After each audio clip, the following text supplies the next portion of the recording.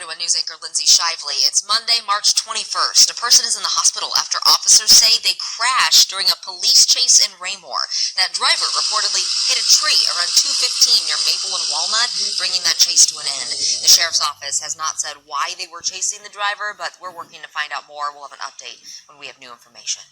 The family of a man who was shot and killed on an Amtrak train back in January is suing Amtrak. Police say Richie Terrell Aaron Jr. was shot on a train that was stopped at the 3rd and Main Lee Summit station. According to court documents, the train left the station even after passengers notified train personnel of multiple gunshots and the extent of Aaron's injuries. By the time the train reached the Independence stop, the court documents say it was too late for Aaron to get help. Aaron's family is now seeking in excess of $100 million. The man accused of shooting Aaron is also named as a defendant in the lawsuit. I'm meteorologist Lindsay Anderson, and rain is likely later on today. I think our rain chances will increase after about 4 or 5 p.m. Looks to be heavier during that evening rush hour and certainly come the dinner hour. Thunderstorms are likely tomorrow afternoon and evening. A few storms maybe on the strong side, and then a snow mixture may develop Wednesday.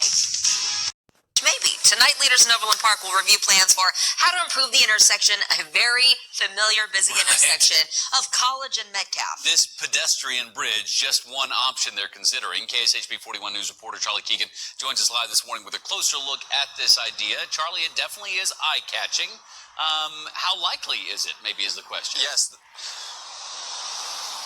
Well, it's certainly a possibility. There's a lot of steps to go through before we get to this actual bridge being built. You'd have to walk across about 8 lanes of traffic to get to the other side, the west side there of Metcalf Avenue. But that bridge was in place. You could go over those 8 lanes of traffic. Let's show you that bridge one more time so you can get an idea of what we're looking at. It connects all 4 corners of this intersection with a central point over the lanes there in the middle of that intersection. Pretty wild. It's part of a study that the city commissioned to find different ways to improve this intersection, really make it more pedestrian and walker friendly. The study laid out a lot of ways to make this area of College and Metcalf kind of a destination, and then ways to make it so people can get here without a car. I had a chance to speak to one city council member who's kind of had a little bit of an inside scoop on this project throughout the process. He told me he's looking forward to hearing feedback from this public and his fellow city council members tonight. I like things that are creative, that are innovative, that might even be a little controversial because it gets people involved. And the more controversial, the more involved, and we always come up with the best thing in the end. All right, so tonight's meeting is at 6:15. The city's committee of the whole meets at City Hall to go over this study, look at some of the options, the concepts, the pieces of the study, like that pedestrian bridge. Lindsay and Taylor, like I mentioned, it'll be maybe the fall before any of these concepts come back before the city for like a formal approval. Today is just a review and feedback session. No formal vote, no formal public hearing, nothing like that. So, Charlie, I'm assuming this is not the only project being put forward to consider. Do we know anything else that they might consider in these meetings over the next few months?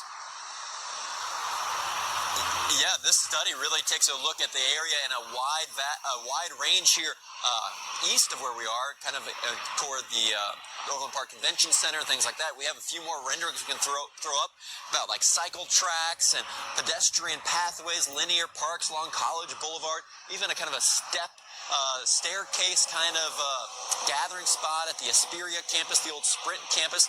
There's really a lot in here, turning 112th Street into a little bit of a festival street there in Lamar. So there are a lot of concepts in this plan, a lot for the city to review and kind of prioritize over the next several years.